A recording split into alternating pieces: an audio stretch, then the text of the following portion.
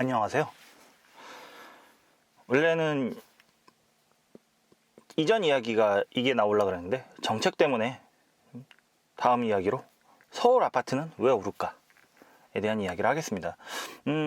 물론 굉장히 아파트가 오르는 이유는 다양하고 복잡한 이유들이 있지만 일단은 저는 좀 그 부분들을 약간 좀 범위를 축약시켜 가지고 정책적인 부분에 대한 이야기를 해보려고 해요. 그래서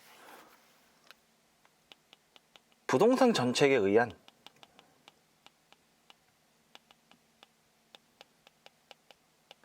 서울시 아파트가 오르는 이유에 대해서 시작하겠습니다. 우선은 정책의 본질이란 무엇인가? 정부의 말에 의하면은 서민주거 안정, 실거주자를 위한 정책, 다주택자 억제 등등등 얘기를 하잖아요. 다 집어치우고 제 본질적인 부분을 말씀드릴게요. 9가지의 강점과 1가지의 약점으로 구성됩니다. 보통 이제 약점이라고 하면은 이거를 좀 퇴로 혹은 출구 정도로 좀 생각을 하시면 될 거고, 나머지 예를 들어서 대출 억제, 다주택자들 대출 제한, 1주택자 대출 억제, 안 그러면 실거주 조건 강화, 이런 모든 부분들을 이제 강점이라고 생각하시면 되거든요. 그런데 여기까지가 정책의 본질이라면은 시장의 본질이라는 게 있습니다. 또 시장의 본질은 무엇이냐? 한 가지 약점만 추가로 공략해가지고 9가지 강점을 다 무력화시킵니다. 이게 이제 제가 정의하는 정책과 시장의 본질이거든요. 그렇다면은 근거가 있어야지 제가 이런 주장을 하겠죠? 예. 그 근거를 최근 3년 동안 부동산 정책을 통해서 실증 예로 보여드리겠습니다. 자, 우선은 최근 3년간에 등장했었던 메인이라고 했냐면 이번 12.16 정책이 문재인 정부도 들어서 18번째 부동산 정책이래요. 굉장히 크고 작은 정책들을 발표를 했었는데 그중에서 굵직굵직한 건 1년에 한 번 정도 나오거든요. 2017년에 8.2 대책, 2019년에 9.13 대책, 그 다음에 2018년에 9.13 대책, 그 다음에 2019년에 12.16 대책인데 이 세 가지 대책들을 9가지 이상 혹은 적을 수도 있고 많을 수도 있지만 하여간 많은 강점들과 한 가지 약점으로 이원화시켜 보겠습니다. 일단 8.2 대책 같은 경우는 다주택자 대출 규제, 이게 제일 컸죠? 예, 1주택 이상 갖고 있으면은 서울의 아파트를 추가로 구입할 경우는 그 갖고 있는 아파트에 대한 주택담보대출이 완전히 금지가 됐죠. 그래서 내 집을 갖고 내 집이 더 이상 빚이 없을 때는 주택담보대출 받아가지고 집 한 채 더 사면 됐던 그런 갭 투자를 일단 막고, 그 다음에 이제 전반적인 LTV 총 집값 대비 이제 대출을 받을 수 있는 한도를 계속 줄였죠. 예, 이런 부분들이 강점이었다면은 그 유일하다시피 한 가지 약점이 뭐였냐, 이제 임대사업자의 활성화 정책이었습니다. 이 정책이 지금 생각해보면 얼마나 웃긴 정책이냐면은 이게 공시가 6억 이하, 그 다음에 국민주택 규모죠, 85제곱미터 이하 집을 더 사요. 한 다음에 이거를 사자마자 임대사업자 등록을 하잖아요. 등록을 하고 10년 동안 보유를 10년 동안 전월세 억제 5% 있죠? 갱신 주기 때마다 5% 이하로만 올리면은 양도세가 빠져요. 100%. 삑. 엄청나죠? 10년 동안 임대만 주면 양도세가 빠져요. 이 집이 20억이 됐든 30억이 됐든. 그 다음에 이 집을 갖고 있는 경우는 세법상 주택수 산정이 예외가 돼가지고 주택수도 빠져요. 이게 무슨 말이냐? 종부세 대상도 아니게 되거든요. 그 다음에 이거는 이제 이 9.13 대책이 나오기 전까지 집을 샀던 경우고, 그 이전에 산 집들을 9.13 그 대책 발표하면서 나왔던 그 직전까지 나왔던 이제 임대사업자 정책이 뭐냐? 기존에 샀던 집을 임대사업자로 등록을 할 경우는 역시 8년 동안 임대를 주면은 양도세를 80%인가? 감면해주고, 그 다음에 이 둘 다 해당되는 건데, 예를 들어 강서 같은 경우 투기지역이잖아요. 투기지역이 다주택이면 양도세 중과 들어가잖아요. 중과도 다 빼줘요. 빼주고, 그 다음에 이렇게 8년 지금 기존의 주택을 임대사업자로 돌렸을 경우는 양도세를 8년 임대 주면 80% 빼주고 종부세도 마찬가지로 빼줍니다. 다주택자들에겐 이보다 더 좋은 조로의 기회가 없었거든요. 근데 이거를 다름 아닌 박근혜 정부 때 만들어놓은 임대사업자 정책을 문재인 정부 들어가지고 활성화를 시켰었어요. 파리 대책을 기반으로 그 후에 후속 대책을 통해서. 이렇게 되니까 구멍이 여기에요. 이제 다주택자들이 이제 막 임대사업자 등록하면 집을 사니까 집값이 오르거든요. 오르니까 그 다음 이제 2018년에 9.13 대책이 나왔죠. 이게 뭐 2017년 파리 대책도 그렇고 9.13 대책도 그렇고 역대급 대책 어쩌고저쩌고 얘기 항상 대책 나올 때마다 무슨 역대급 정책이 다 나오죠. 어쨌건 그래서 임대사업자 때문에 다주택자가 워낙에 늘어나니까 이제 임대사업자 혜택을 축소를 하고 9억 이상의 고가 주택을 구입할 경우에 좀 제한 정책을 많이 걸어놨습니다. 자, 다주택자들이 집을 더 살 때 줬던 종부세나 양도세 혜택을 다 줄여놨어요. 이렇게 되면 다주택자들은 거의 이 이후로는 집을 많이 안 샀을 거예요. 뭐 정부 이번 12.16 부동산 정책 발표 때도 1주택 소유자들이 늘어났다고 그런 내용을 본 것 같은데, 이렇게 되면 이제 1주택으로 몰리면은 기왕이면은 자기 자금 여력이 대출을 포함한 자금 여력이 확보되는 선에서의 제일 좋은 집으로 몰립니다. 이제 소위 말하는 똘똘한 한 채로 몰리게 되는 거죠. 자, 이렇게 되면은 강남 3구 마영송뿐 아니라 서울시 25개 구 중에서 이제 빼면 이제 6개 빼면은 19개 구죠. 19개 구에 지역 내 1급지들도 같이 이제 덩달아 막 올라가요. 막 미친듯이 뛰니까 이제 이번에 이제 2019년에 12.16 정책이 나온 거거든요. 그래서 똘똘한 한 채를 억제하기 위해서 고가주택의 LTV를 억제하기 시작하죠. 그 다음에 실거주 요건을 강화하기 시작했습니다. 근데 여기서 또 구멍은 있습니다. 예, 제가 지난번 직전편에 얘기했죠. 9억 미만은 안 건드렸습니다. 그래서 2018년 9.13 대책은 똘똘한 한 채가 약점이었고 2019년에 12.16 대책의 약점은 저는 9억 미만이라고 봅니다. 그리고 이 직전에 두 정책을 봤듯이 임대사업자가 활성화되니까 사람들이 미친듯이 임대사업자를 등록하면서 너도 나도 임대사업자 혜택을 보니까 이걸 줄였어요. 임대사업자 축소를 혜택을 줄였죠. 그러자 똘똘한 한 채로 사람들이 막 몰렸어요. 그게 이제 올해의 부동산 장이죠. 이게 2018년 정책이 2019년에 대해서 본격적인 빛을 발하기 시작하니까, 그러니까 또 이제 똘똘한 한 채를 잡겠다고 고가주택을 막 막아놨거든요. 이제 남은 거는 다시 돌아와서 지금 임대사업자 활성화하면서 이게 고가주택보다는 중가 저가주택 아파트들이 굉장히 많이 상승을 했었는데 다시 원점으로 되돌아가지고 9억 미만의 집들의 지금 상승이 되리라고 저는 생각을 합니다. 이 두 대책을 통해서 바라본 결과. 자, 그렇게 되고 이제 이 정책들을 좀 더 디테일하게 좀 말씀을 드릴게요. 2017년에 파리 정책, 역대급 정책이다 싶어가지고 뭐 굉장히 말이 많았죠. 하지만 결과적으로 실패했습니다. 자, 다주택자 LTV 빵 퍼센트로 얼핏 보면 다주택자 때려잡는 정책처럼 보였지만은 실제로는 임대사업자 활성화로 다주택자들이 임대사업 하라고 유도를 한 정책이에요. 사실 취지 자체는 나쁘지 않은 게 공공임대, 국민임대에 엄청난 정부 예산 세금 지원이 들어가는 케이스거든요. 그러면 어차피 다주택자들은 자기 살 집 아니면 다 전월세 주는 케이스잖아요. 그러면 민간 임대사업자로 활성화시켜가지고 차라리 투명하게 임대시장 일으키겠다. 그리고 세입자들은 전세가 뛰더라도 큰 그렇게 갱신 주기 다음 갱신 또 5% 이상은 못 올리죠. 그래가지고 임대시장을 안정화시킬 수 있는 그런 긍정적인 정책이긴 했는데 너무 많은 혜택이라고 할 수는 없죠. 예. 혜택을 줘버리는 바람에 결과적으로는 망했죠. 그 다음에 이게 실질적으로 이제 강서구 기준으로 이제 강서구 부동산 이야기니까 설명을 드리자면은 등가방의 역습, 다주택자들이 갭 투자를 하면은 비싼 집은 잘 못 들어가면서 여력되면 비싼 집 들어가겠죠. 하지만 비싼 집 들어갈 여력이 없으면 이제 가성비 위주의 구축 위주로 시장을 움직이거든요. 그래서 특히 등촌주공에서부터 이 폭등이 시작이 돼가지고 2018년 7월, 8월 아주 크레이지 미쳤다고 말할 정도로 엄청난 지금 상승 늘레가 펼쳐졌었죠. 자, 이 부분을 3등분 시켜서 다주택자, 1주택자, 무주택자로 좀 볼게요. 다주택자가 임대사업자 활성화로 진짜 집을 더 사요.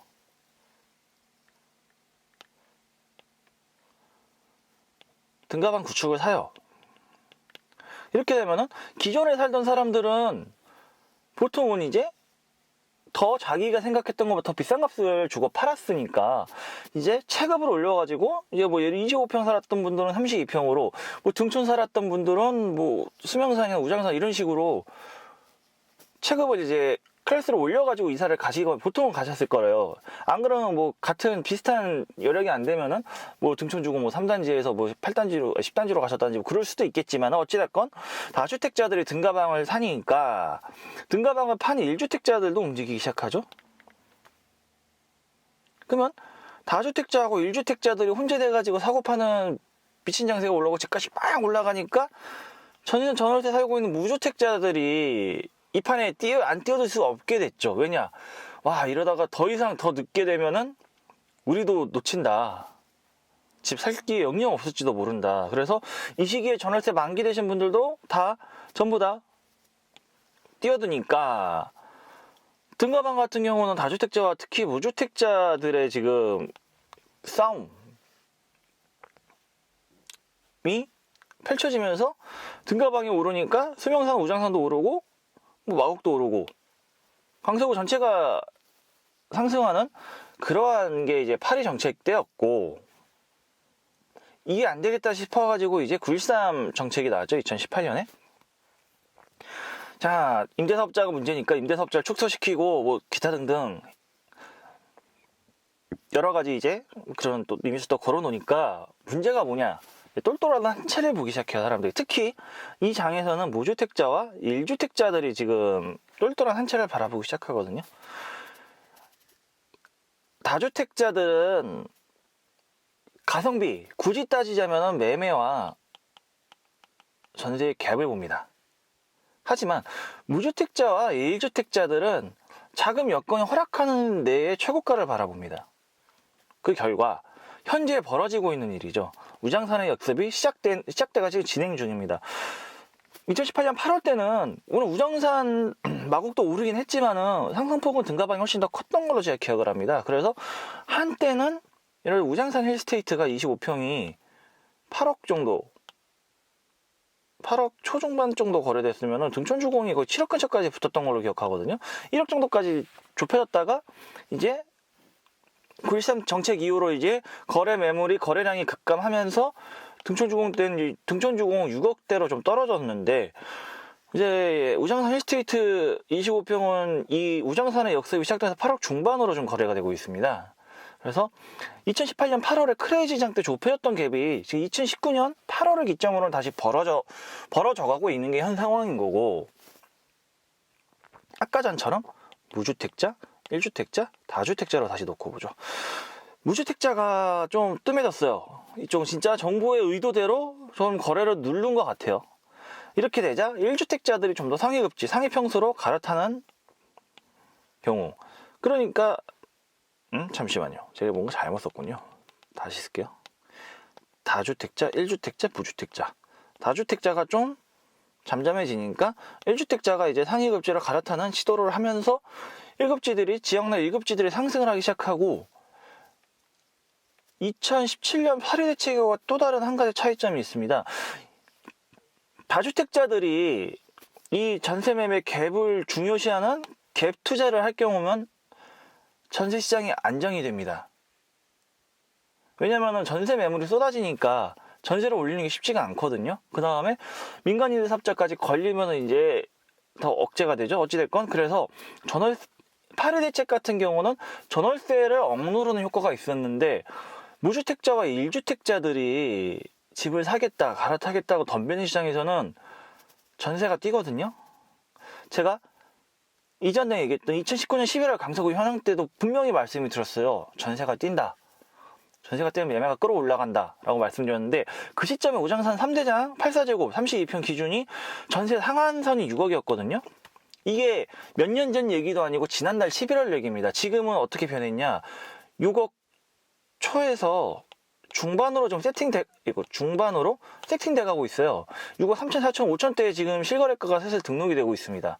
이게 몇 년 사이에 벌어지는 것도 아니고 3주, 2주, 3주 정도 되는 시간 안에 지금 벌어지고 있는 상황이거든요. 왜냐? 무주택자하고 다주택자들이 움직이는 시장이니까.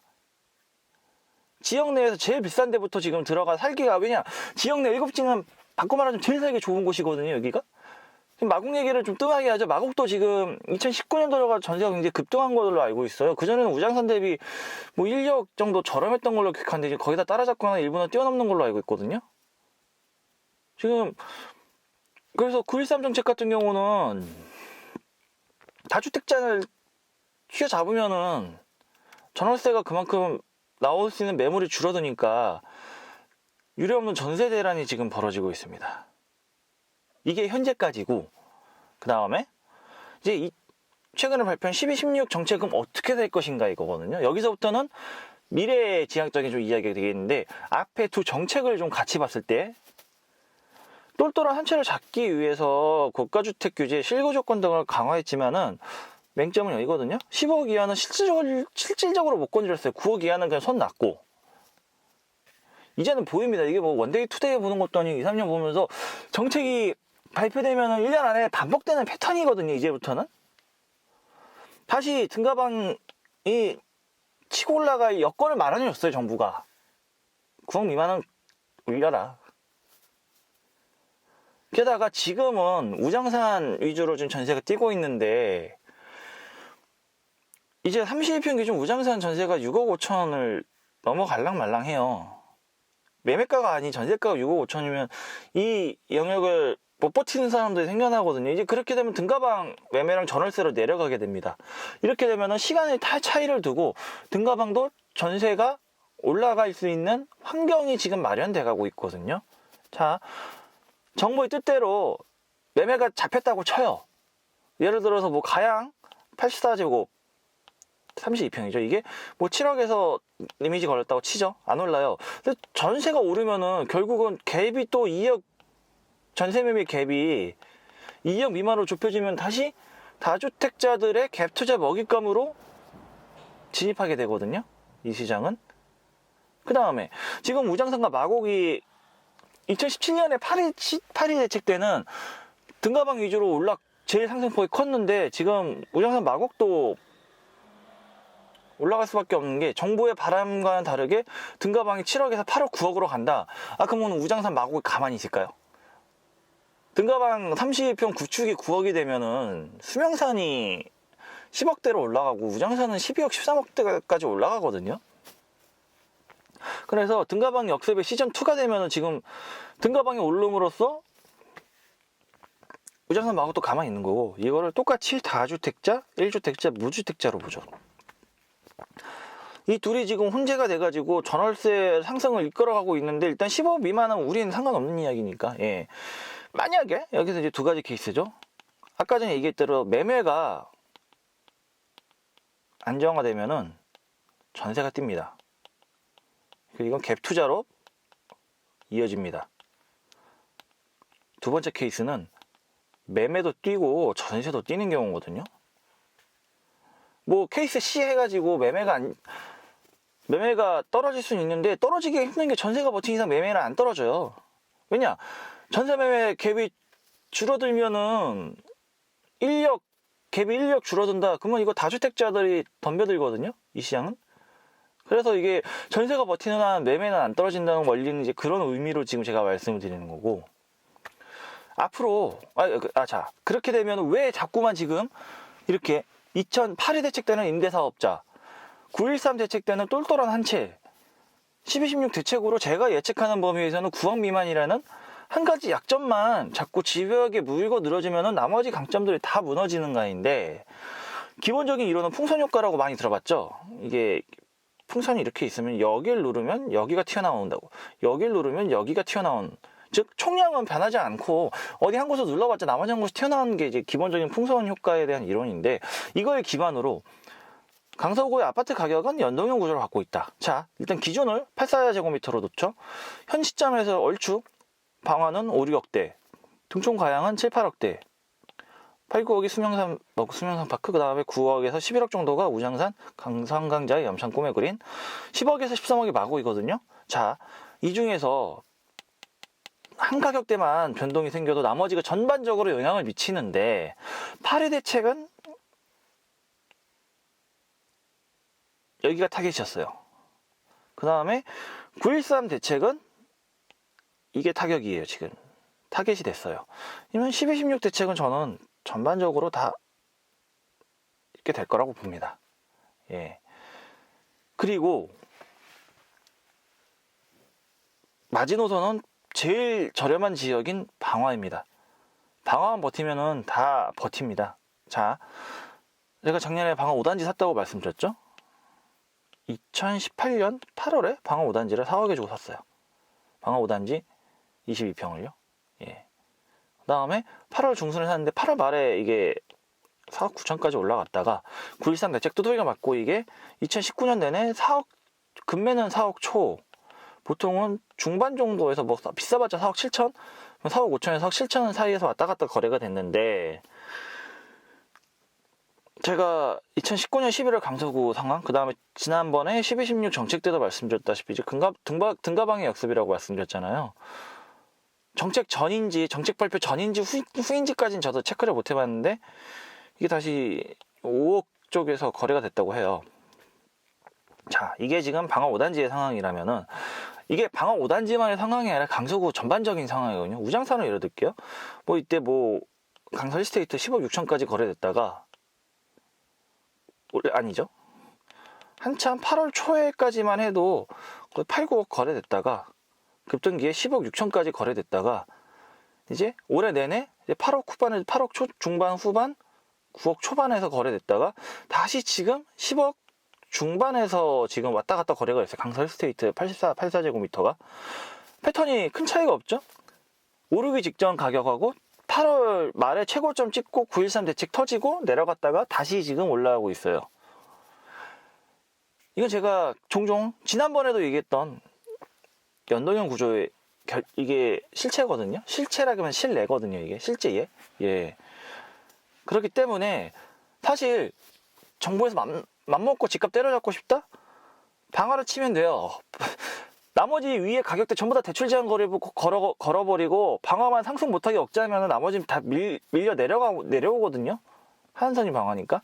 근데 이 정책을 쓸 수가 없죠. 이제 서민 죽이기 정책이라고 표적으로 공격당하기 제일 쉬운 정책이니까. 그래서 방화를 못 잡으니까 이제 이게 방화 같은 서울시로 따지면 노도강 금강구, 그 다음에 강서구로 치면 방화인데 여기를 못 잡으니까 이제 플랜 B로 최고가를 잡겠다 라는 거고. 자, 이제는 제가 좀 큰 정책, 부동산 정책 두 텀 돌고 세 텀째잖아요. 이제 조심스럽지만 앞으로의 좀 미래를 좀 말씀드릴게요. 1년이면, 근데 전 사실 1년 정도의 시간이면 충분하지 않을까 하는 생각도 듭니다. 하지만 좀 길게 잡아서 최장 2년 정도까지 좀, 2년에서 뭐 정말 아니다 싶으면 3년 정도까지는 좀 안에 벌어질 일이라고 좀 말씀을 드리면은, 마곡 엠벨리는 15억, 14억, 무장산 12억, 14억, 수명산 10억에서 12억, 둔촌가양 8, 9억, 방화 6, 7억, 당연히 84제곱미터인데 이 정도까지는 도달하리라고 봐요. 왜냐? 정부에서 초고가 아파트를 15억이라고 정해놓고 고가 아파트를 9억이라고 정해놨기 때문에 13억, 지금 7단지가 최고가 거래가 13억 초반으로 알고 있거든요. 15억까지는 올려도 돼. 그 다음에 현재 9억 밑에 바로 지금 위치하고 있는 포지션이 마곡 수명산파크. 제가 지난번에 이번 전에 키포인트라고 제가 찍어놨는데 이게 9억을 넘냐 못 넘냐. 그 다음에 당연히 수명산파크가 9억을 넘기 시작하면은 등가방의 구축 32평들도 일제히 상승하기 시작하겠죠. 그래서 일단 이게 짧으면 1년에서 최장 3년 안에 좀 벌어질 일이라고 조심스럽게 말씀을 드립니다. 그 다음에 여기서 지금 아무리 15억 위를 때려잡는다 하더라도 전세가 버티나는 10억 미만으로 쉽게 안 밀리거든요. 그래서 지금 계속 다주택자 때려잡는다고 지금 물론 지금 뭐 출구 전략이라 해가지고 10년 이상 보유한 다주택자들 집 할 때 양도세 좀 많이 면제해주겠다라고 발표를 했는데 이건 저는 큰 의미가 없다고 봐요. 왜냐? 이미 10년 이상 장기 보유적인 다주택자들이 상당수는 임대사업으로 전환을 했거든요. 두 번째, 10년 동안 갖고 있는데 지금 당장 내년 6월까지 양도세 빼준다고 팔아버릴까요? 이 10년의 차이가 어느 정도냐? 우장산 아이파크 입현한 세상이 지금 2008년 입주, 2002년 11년 차 됐잖아요. 8사제곱 분양가가 4억이었어요. 4억이 지금 10억 11억을 하고 있거든요. 이게 10년간 벌어진 일입니다. 하락기 다 겪고 나서. 당장 돈이 급해서 파는 거 아닌 이상은 갖고 가죠, 그냥. 예. 그래서 뭐 다주 10년 이상 보유한 다주택자 양도세 면제, 저는 이거는 큰 의미는 없다고 보고, 결국은 다주택자들을 자꾸 때려잡으면은 최악으로 지금 전세 난으로 귀결되고 있어요. 이제 지금 뭐 내년에 이제 뭐 신길뉴타운 정도 풀린다고는 하는데 잘 모르겠습니다. 저는 특히 강서구 내에서 오장사는 학군지거든요. 강서구 내에서는 학군지의 전세는 언제나 다른 의미를 갖고 있죠. 그리고 이 싸움에서 학군지의 전세값 상승을 못 버티는 분들은 이제 플랜비로 염창이라든지 등촌 등등으로 이제 옮기게 되시면은 현재 우장산 위주로 벌어지고 있는 전세난이 그 밑으로도 내려갈 것이라고 생각합니다. 물론 기간의 차이는 있을 거예요. 기간의 차이는 있겠지만 전세값이 급등해버리면은 이 경쟁에 탈락하신 분들도 분명 생기거든요. 그래서 아까 전에도 말씀드렸다시피 전세가 버티면은 매매도 버티고 방화가 버티면은 그 위는 다 버팁니다. 그리고 이 1216 정책이라는 게 강서구 입장에서는 되게 좀 기가 막힌, 어떻게 보면 제 개인적인 생각으로는 신의 한 수 같은 정책이라고 생각을 들게끔 해요. 서울시에 25개구가 있거든요. 25개구가 있는데 출발선이 모두 달랐어요. 출발선이 모두 달랐고, 자, 일단은 강남 같은 경우 정부가 뭐 대놓고 밀어준 지역이니까 그 결실이 지금 나온 거고, 마용성, 제가 이 이야기를 언젠가는 한 것 같은데 좀 긴가민가 하거든요. 이제 벌써 30개를 넘어가기 시작하니까. 어찌됐건 마용성은 최근에 생겨난 개념이 아닙니다. 조선시대 때 한양이라 그러면 사대문 안을 말하는 것 같죠. 사대문 밖 성저심리라 그래가지고 성 밖의 심리도 전부 다 한양으로 쳐졌고, 그 중에서도 제일 좋았던 지역이 마용성이거든요. 왜냐? 한양도성과 한강의 사이이기 때문에. 마용성은 예나 지금이나 마용성입니다. 예. 그리고 그 나머지 이제 마용성의 강남 3구를 제외하면 이제 강동, 동작, 광진 정도가 있죠. 이 지역들도 지금 약간 좀 한양 도성의 성저심리, 마용성과 좀 비슷한 개념이죠. 강남 옆에 있는 지역들이니까 올라가고 있고, 강남 옆에 한강변이라는 때문에 특혜를 받고 올라가고 있어요. 예.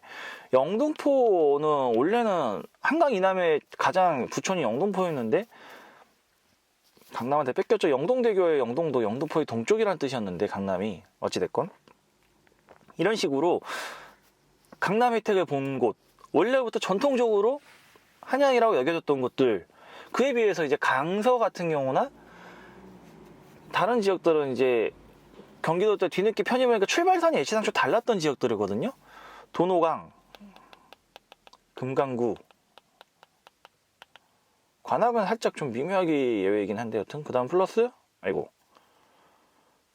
강서,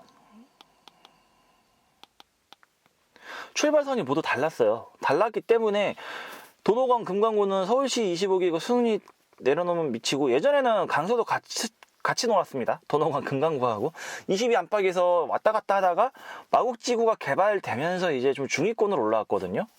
중위권으로 올라왔는데, 자, 중위권까지 올라왔지만 그 이상은 또 몇 년째 못 올라가고 있어요. 왜냐? 워낙에 출발선이 다른 지역들이었기 때문에. 하지만 15억 플러스 영역의 본격적인 테스트가 이제 시작됩니다. 기존까지는 투자 목적, 대출 목적 등등 해가지고 굳이 뭐 호재가 없다거나 안 그러면 그냥 인접지역이라는 이유만으로 막 올라갔어요. 집값이 15억을 넘어가는 경우가 비일비재하고 그랬었는데, 이제부터는 10억 플러스는 대출의 영역은 아니거든요. 내 돈 주고 진짜 15억 현찰 때려받고 실거주로 들어가나, 안 그러면 갭 7, 8억 준비해가지고 전세 새끼고 사가지고 투자용으로 갖고 있으나 인 건데, 투자용으로 갖고 있기도 뭐 되게 애매한 게, 지금 임대사업자 건다 한들 받을 수 있는 혜택도 없고, 종부세는 종부세대로 되고 재산세 재산세대로 되고, 팔 때 양도세도 엄청 두들겨 맞을 거 뻔하고, 여튼 그런 상황이거든요. 그렇기 때문에 지금까지는 입지의 가치하고 돈의 가치에서 이게 호각으로 이 두 가지가 되게 같은 비교선상으로 계속 그러한 집값의 순위가 매겨지다가 이제부터는 입지의 가치가 더 상승할 것이다 라는 게 제 생각입니다. 그래서 저는 좀 지켜보고 싶어요. 제가 예전에 강서구 아파트의 가치는이라는 부동산 이야기 편에서 마포레미안 프루지하고 마곡 엠벨리의 실댄지를 비교했었는데, 마포구가 정말 뭐 갭투자 투기꾼들에 의해서 오르는 게 아닌 어떻게 보면 되게 천혜의 지형을 갖고 있는 곳이거든요. 마포레미안 프루지오는 2호선 5호선 끼고 광화문 사대문 가깝고 강남 여의도 무한승으로 갈 수 있고